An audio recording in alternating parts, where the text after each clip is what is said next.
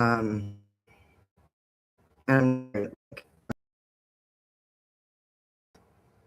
things. So if I look away, it's because um,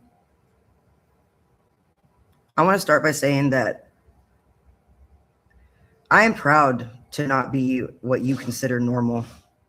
Being abnormal isn't a bad thing always.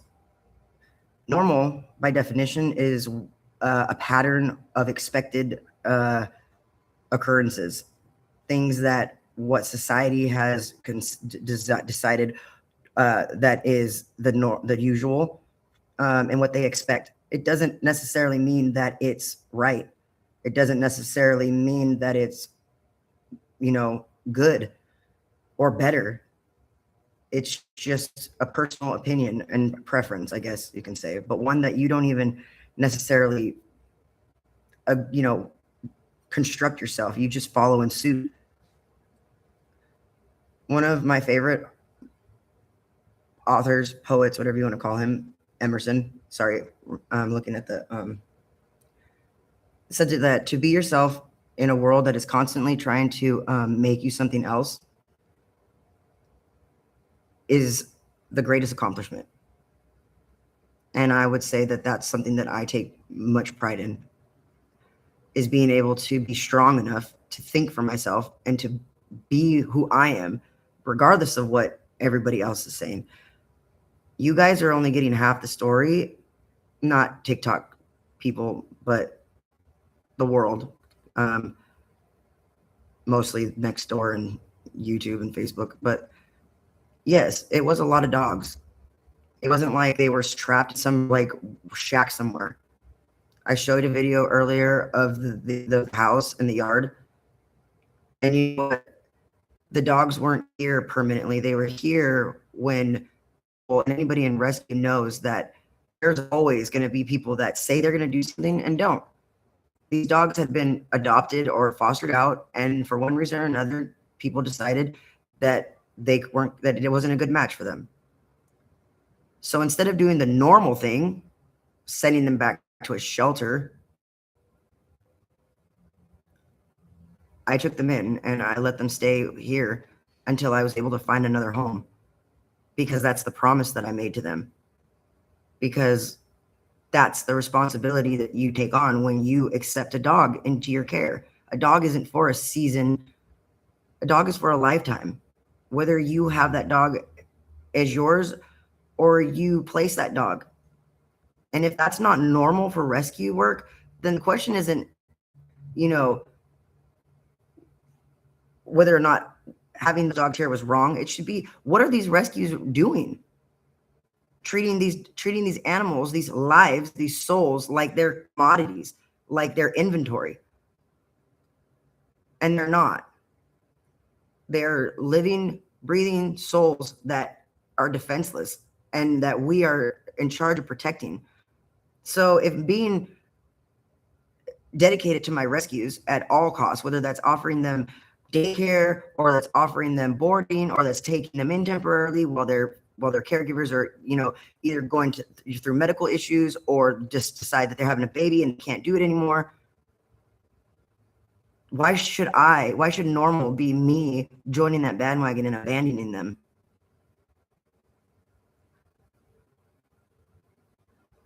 I don't believe that I'm wrong. I believe that I'm strong enough to be different.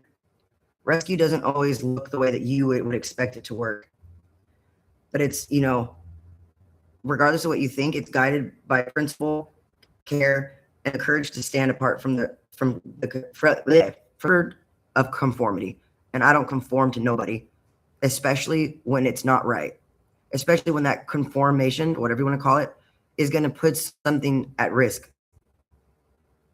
Those dogs are now sitting in a shelter because that's what the public wants. Those are the heroes, to have these dogs in a shelter where they're scared and alone and not getting care one-on-one.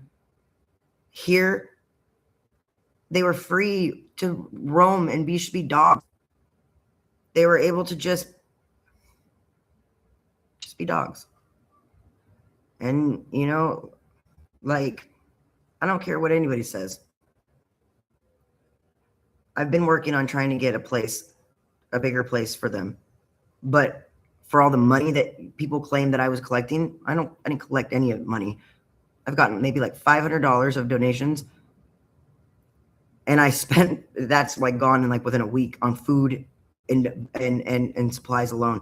Like, nobody wants to consider or acknowledge the 100 dogs that are in successful homes because I took the time to find the perfect home, because I offered things like boarding when they had things come up that they couldn't have the dog, or if they needed to go temporarily. And if they lost, let's say one of my owners lost their house, their apartment that they were renting, and they had to move back in with their parents for like 3 months, and I watched the dog for them, and the dog's back with them. But I'm not trying to like dodge a bullet, and I'm not trying to say that there was a lot of dogs and it was a lot of work, but it was worth it, because that's what I chose to give my life to. You choose to give your life up to a 9 to 5 every day, and I choose to give my life to dogs that deserve it, and I don't regret it. Everybody is so quick to like take what they're hearing and run with it, and I'm grateful that you guys love animals that much, and I'm grateful that there's so many out there that are willing to like stand up for them. But my question is like, where were you when I was looking for homes for these dogs? Where were you when I told you guys repeatedly on all kind of posts, I need to get these dogs placed, and everybody's like, yeah, good job, thanks for what you do, but nobody offered to help. And those that did, 100 of them were successful and still stand behind me. But the 28 minus 4, because 4 are mine, were in homes that for one reason or another fell through. And what was I supposed to do? Turn my back on them? Leave them defenseless? If that's normal, then I'm proud that I'm not normal. I'm proud to not stick or stand in or blend in with your normal.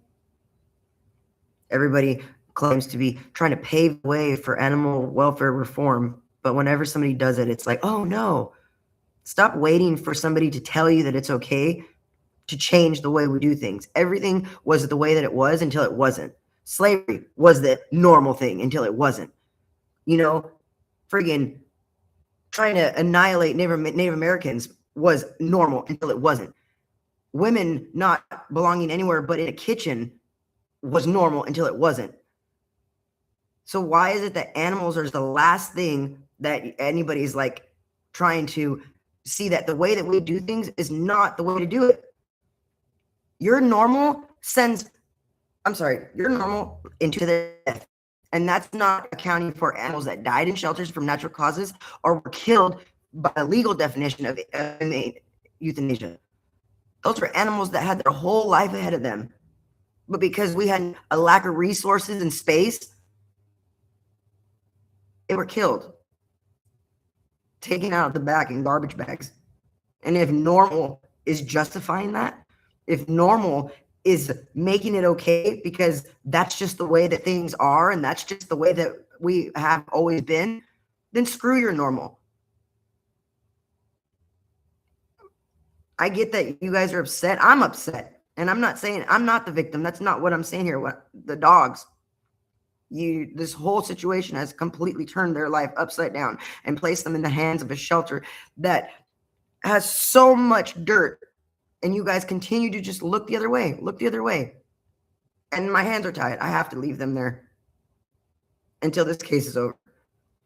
Not, forget the fact that there's no veterinary trained staff there. Forget the fact that, he's killed numerous dogs accidentally by giving them too much tranquilizer.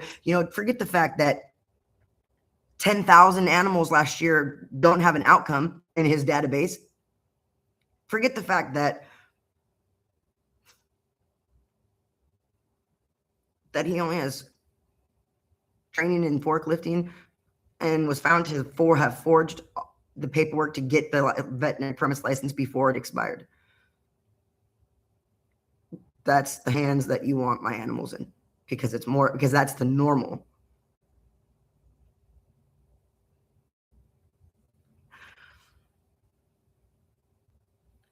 I asked how they were doing, and he said, "Which one is that?" And I told him, and he goes, "I'd have to look at my notes." And I'm just saying.